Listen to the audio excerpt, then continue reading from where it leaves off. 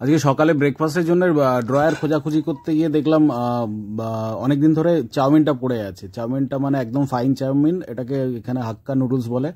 আর fine chowmein একদম পাতলা মতো, তাহলে চলো আজকে ইউজ করে নিই। সে এক্সপায়ারি হওয়ার আগে আগে হয়ে গেছে, মানে খুব আর 1-2 মাসের মধ্যে এক্সপায়ার হয়ে যাবে এরকম লেখা আছে। যাই হোক, প্রথমে ডিমটা তো আমি 4টে ডিম নিয়ে নিলাম। 4টে ডিম নিয়ে ওটা ডাইরেক্টলি এর উপরে দিয়ে দিলাম, তেলের উপরে দিয়ে।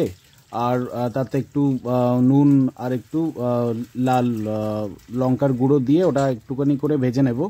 আর এর আগে আমি কিছুটা সবজি যেরকম পেঁয়াজ, ক্যাপসিকাম, ক্যারট, তারপরে ওই মাশরুম সব কিছু নিয়ে একটুখানি ফ্রাই করে রেখে দিয়েছি। প্লাস নুডলসটাও বয়েল করে রেখে দিয়েছি, বয়েল করে তাতে একটু সাদা তেল লাগিয়ে সেটা রেখে দিয়েছি। এটা আমি জিরের গুঁড়ো দিলাম, জিরের গুঁড়ো, লঙ্কার গুঁড়ো আর সল্ট সবকটা মিলিয়ে এই একটু ফ্রাই মতো করে নিলাম। নিচে বাটার দেওয়া ছিল, বাটার বা তেল, সেই দুটো মিক্স করে এই যে আগে সবজি যেটা সেটাও দিয়ে দিলাম এর মধ্যে নিয়ে।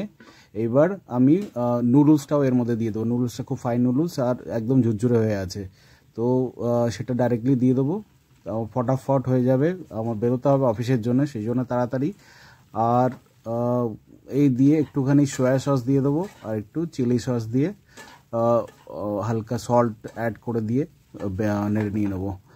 আর বেশ ফাইন হয়ে আছে, মানে একদম ঝুরঝুর টাইপের হচ্ছে। এই চাটনিটা ছিল আগের দিন আমরা চাইনিজ হোটেল থেকে অর্ডার করেছিল, তার সাথে চাইনিজটা এই চাটনিটা ছিল।